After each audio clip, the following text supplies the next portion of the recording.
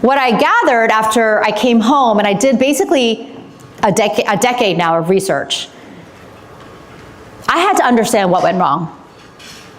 I needed to understand for myself, how did the perfect little Indian girl go so off path? Because I used to define myself by all of those accolades and perfection. Maybe you can relate. And yet, I drifted. So as I began to understand how we drift, it doesn't happen in bad people. It happens in good people operating under pressure and speed and the noise. And I recognize that there are actually 4 walls that we find ourselves in. So the first is uncertainty. I actually believe that we are always in uncertainty. It is like kind of the universal truth. We are living in total uncertainty right now. Government uncertainty, market uncertainty, climate uncertainty. The next is family and life pressures I was in. Am I enough? Will I make my parents proud of me? You have all been here. Balancing all the juggling of hats that we all wear. The third wall is silence. Now I say silence because we are all silencing our inner voice. Isn't it true that the loudest person in the room often is who gets listened to? And then finally, of course, we all know this, technology and automation. And AI is an incredible tool. I use AI pretty much every day, but our human judgment matters. We can't just rely on what AI is telling us. Do you know that Deloitte just came out with a study 2 months ago? They surveyed 9,000 leaders across 89 countries. Guess what the survey results say? 60% of these leaders use AI to help them make decisions. But only 5% feel like they can rely on them or actually manage that. Uncertainty, family and life pressures,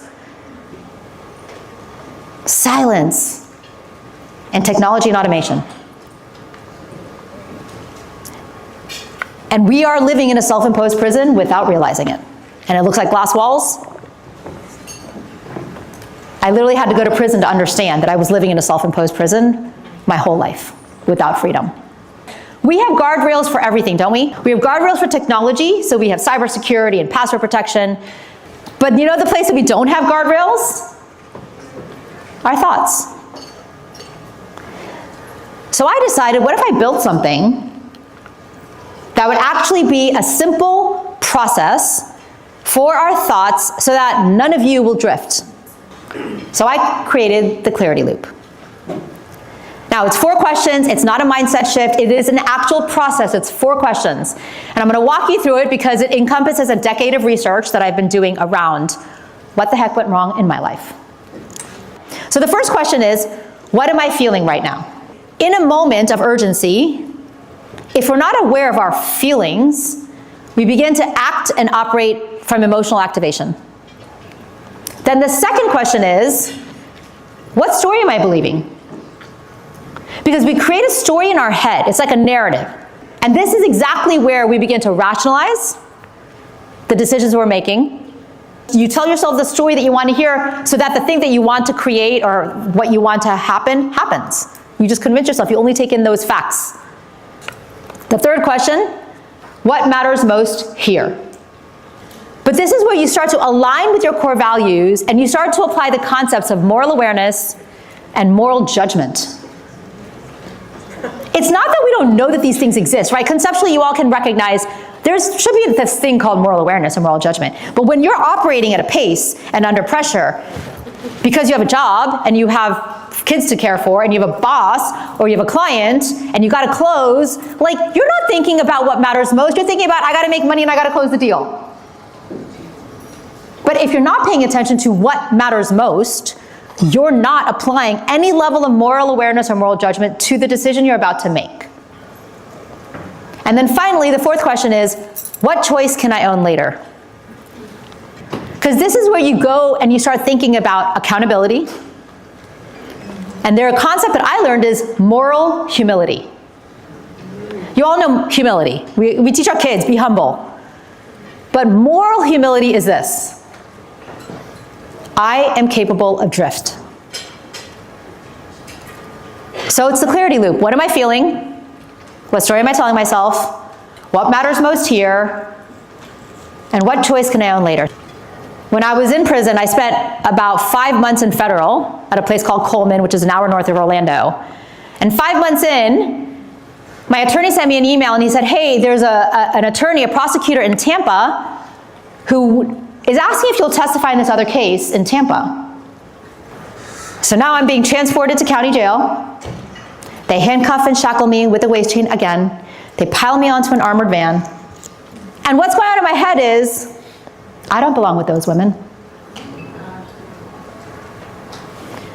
I've spent 5 months in federal. And I'm driving to county and I think to myself, I'm better than they are. I'm educated. I'm an attorney. I don't belong with them. And I never before would have met these women. And I absolutely would have passed judgment on them.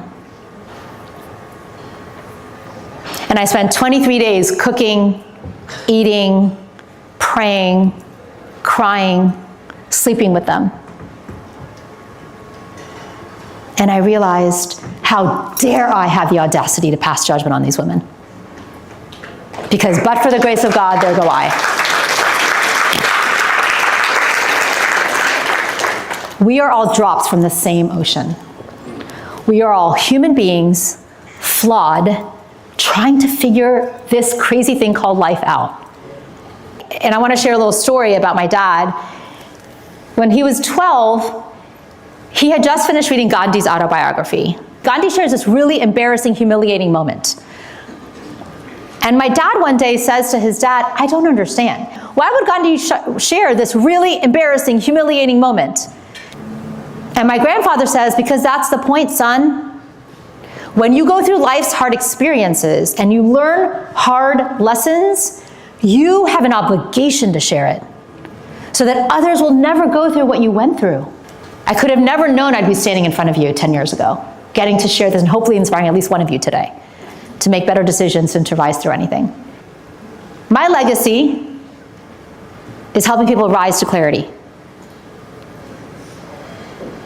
People don't remember us by how much money we made, what car we drove, how many deals we closed. They remember us by the stories we created, by the decisions that we made and what we did about it, how we grew through it. So the question is, what will your legacy be? What decisions will you make to rise to clarity today? Thank you so much. I'm Rashmi Aaron. Thank you. Thank you so much.